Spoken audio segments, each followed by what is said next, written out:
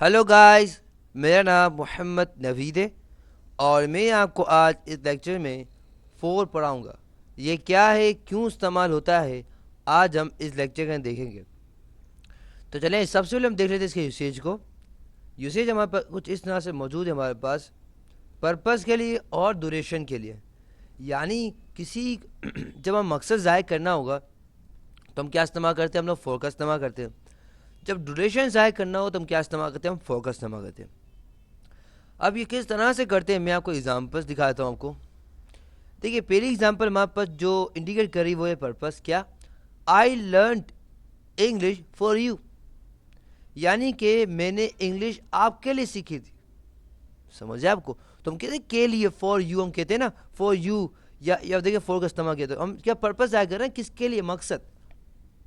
I get education for you. یا for example I learn English for you. I learn English for you. یا ہم کہتے ہیں نا کہ بھائی فار یو، فار ہم. یا فار ایگزامپل مثال ہم لیتے ہیں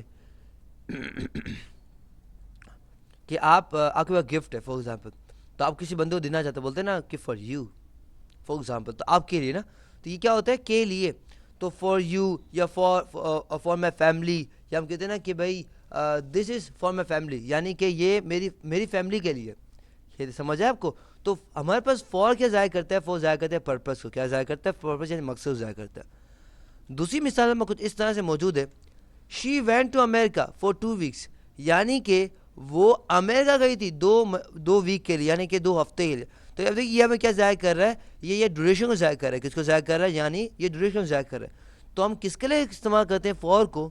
ہم فور کو پرپس یعنی ہمارے مقصد کے لیے، اور کس کے ظاہر کرتے ہیں ہم لوگ؟ ڈوریشن یعنی کہ عرصے کے. جب ہم کہتے ہیں نا فار یو، یا ہم ڈوریشن کہتے ہیں for 2 weeks, for 2 years, for 3 months. ہم کہتے ہیں نا کہ یار وہ گیا تھا یا یہ وہاں پہ اب وہاں پہ 2 مہینے رہے گا. ڈیفینیٹلی ہم کہتے ہیں نا 2 مہینے یا دو دن یا 2 سال. تو ڈوریشن ضائع کریں نا، ٹائم ضائع نہیں کریں، ٹائم ضائع کریں. صحیح ہے.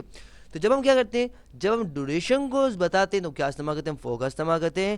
اور جب ہم پرپس کو ظاہر کرتے ہیں تو کیا استعمال کرتے ہیں؟ ہم فور کا، یعنی مقصد کو، یعنی انٹینشن، یعنی ایم کو ظاہر کرتے ہیں. سمجھ جائے آپ کو؟ تو یہ تھا لیکچر کس پہ؟ فور پہ. آئی ہوپ آپ کو سمجھ آ گیا ہوگا. For more videos, lecture and exercises, come to my website www.naveedplace.com.